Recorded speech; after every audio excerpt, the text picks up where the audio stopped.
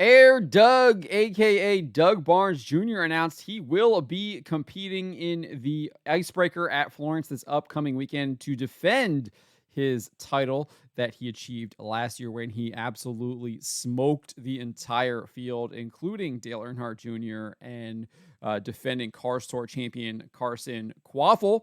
Before we get into this, I'd like to ask you, please hit that subscribe button, hit that bell for notifications so you don't miss any of our future videos here at John Trent Racing. Doug Barnes posted this on X. He says, one more this Saturday at Florence Motor Speedway, and then shared an image that he will be competing in the Icebreaker at Florence on February 10th.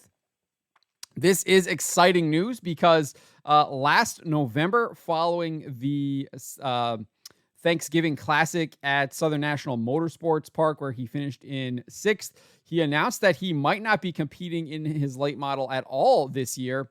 He says, I really appreciate y'all and all of the support you've given my team and I this year. We may have one more race this year, but going into 2024 does not look good. I was looking to compete full-time in the Cars Tour, but our funding recently fell through. We currently do not have the funding to compete in the late model stock scene at all next year.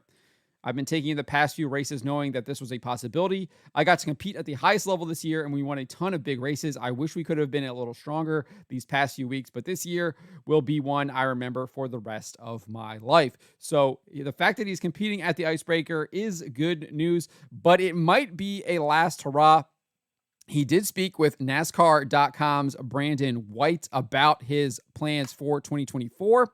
And Brandon says that right here, he will try to repeat this Icebreaker victory from 2023, knowing he might not have another opportunity to compete in the foreseeable future.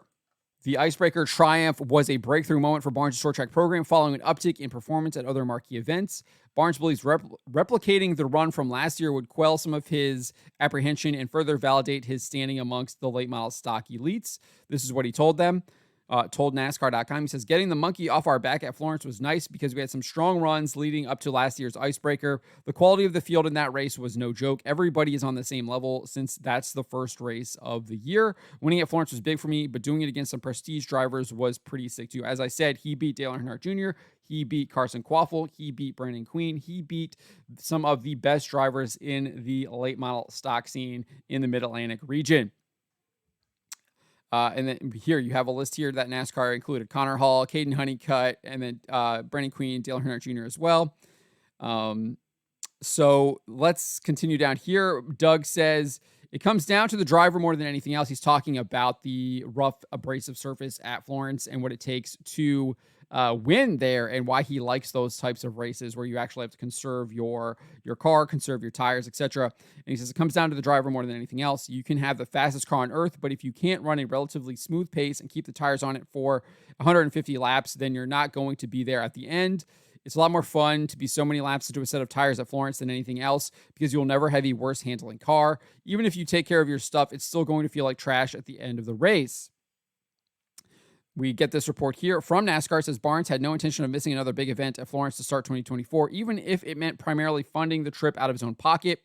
The initial plan for Barnes was to embark on a full year of late model stock racing around the Southeast that included the ZMAX Cars Tour and Virginia Triple Crown. Sponsorship issues prevented that outline from materializing for Barnes, who currently does not have any races lined up once the checkered flag waves on the Icebreaker. So this indeed might be his last hurrah.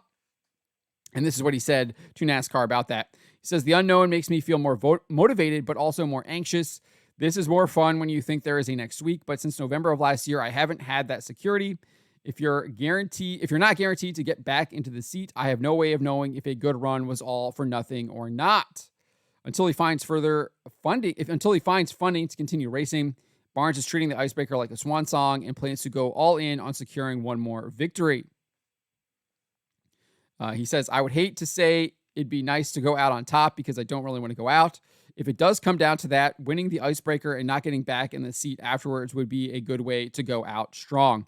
Doug Barnes Jr., I think, is one of the better late model stock guys in the Mid-Atlantic region. He does compete with these guys on a regular basis. He was competing with Connor Hall for the NASCAR Weekly Series Championship last year, came up short at a couple of events at Florence where he needed to perform a little bit better, but was edged out by Matt Cox. Also had some bad luck at Hickory as well early on in the race with some run-ins with Cade Brown that could have really propelled him into a closer race with Connor Hall. Obviously, he did indeed win the Icebreaker. He was in it at the Thanksgiving Classic as well for much of the race.